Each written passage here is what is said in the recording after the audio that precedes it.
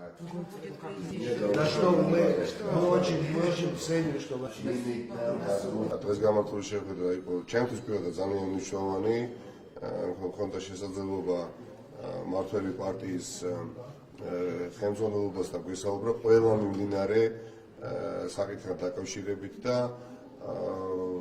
ვფიქრობ, რომ დღევანდელი შეხვედრა უყოლოდ არ ჩაივლის.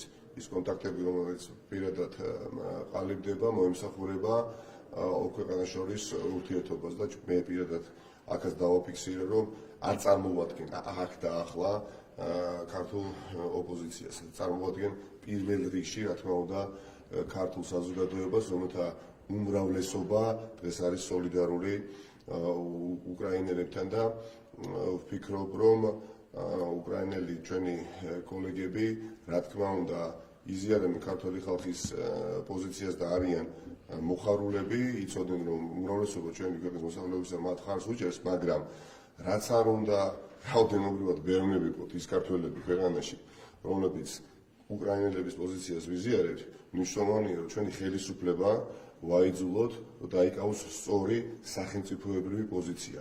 აქ უკვე ზღვარი სახელმწიფო პოზიციასა და ოპოზიციურ პოზიციას შორის წაშლილი ასეთ სიტუაციებში, ასეთ ვითარებებში არსებობს ან ისტორიის სწორხარისზე მდგომი საზოგადოება, ან არასწორხარისზე მდგომი, ან არსებობს ანტისახელმწიფოებრივი პოზიცია, ან სახელმწიფოებრივი პოზიცია.